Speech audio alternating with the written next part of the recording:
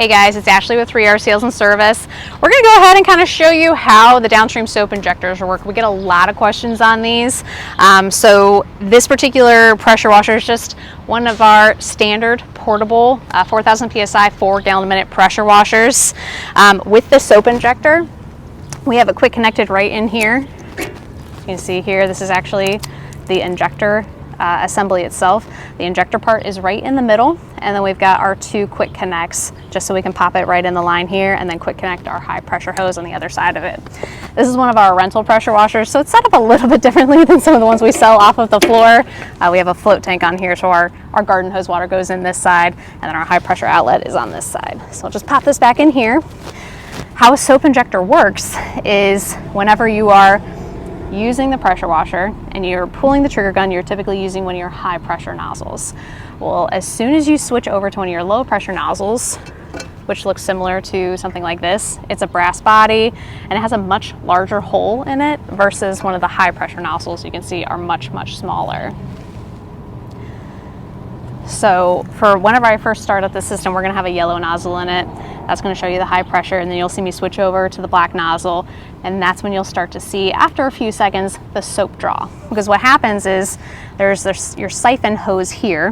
When you switch to low pressure, it starts to draw the soap from our bucket here. This is just one of our standard house washes.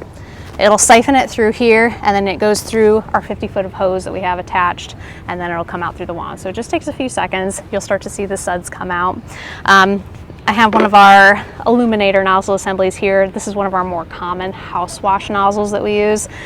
This also has our larger soap nozzles on it too. So you can see soap nozzles in different forms. This is just the most common one that comes with a pressure washer, so it's the most recognizable. But we'll go ahead and we'll get this fired up, kind of show you what to expect. I've already got everything prepped, and like I said, I got one of the yellow nozzles in here, and then we'll switch out to the black one.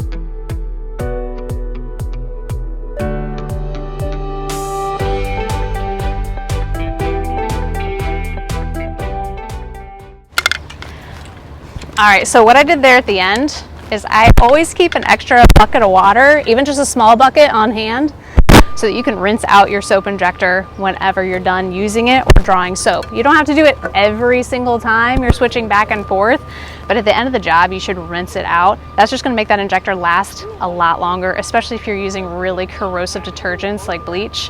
Some of the house washes and stuff aren't so bad, but bleach will definitely go through the injectors a lot faster. So all I did was just take this right out of this bucket here and drop it down into a small bucket of water here. And then I use the soap nozzle to draw it through. So it draws water through here, cleans this hose out, and it actually goes through the body of the injector too.